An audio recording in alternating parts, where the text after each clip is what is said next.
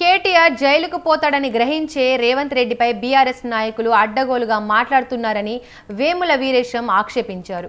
అక్రమంగా డబ్బును విదేశీ కంపెనీలకు బదిలీ చేసి బకాయించడానికి ప్రయత్నిస్తున్నారని విమర్శించారు. మంత్రివర్గం ఆమోదం లేకుండా 55 కోట్ల రూపాయలను ఎలా బదిలీ చేస్తారని ప్రశ్నించారు. నిబంధనలు తుంగలో తొక్కి హైదరాబాద్ బ్రాండ్ ఇమేజ్ కోసమని బకాయిస్తున్నారని ఆగ్రహం వ్యక్తం చేశారు. అవినీతి చేస్తే హైదరాబాద్ బ్రాండ్ ఇమేజ్ పెరుగుతుందా అని నిలదీశారు. తెలంగాణను సర్వం దోచేసుకున్నారని ప్రజలకు అర్థం కావడంతోనే మిమ్మల్ని ఓడించారన్నారు.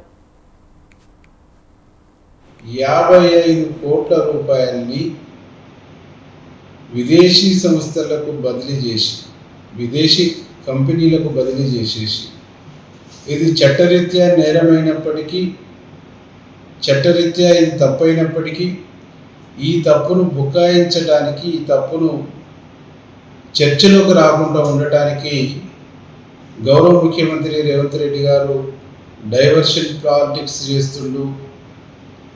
6 గ్యారెంటీలు అమలు చేయక ఈ అరెస్టులు అనేటువంటి కార్యక్రమం చేస్తుందని చెప్పేసి బీఆర్ఎస్ నాయకులు మాట్లాడతాం.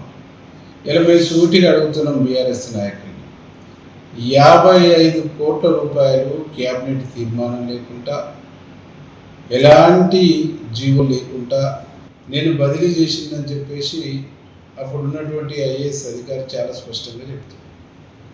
అంటే నోటి మాటగానే ప్రభుత్వ సొమ్ము, ప్రజల సొమ్ము, ప్రజాధనాన్ని 55 కోట్ల రూపాయలని ఏ విధంగా బదిలీ చేస్తారో మీరే సమాధానం చేస్తా ఉన్నారు.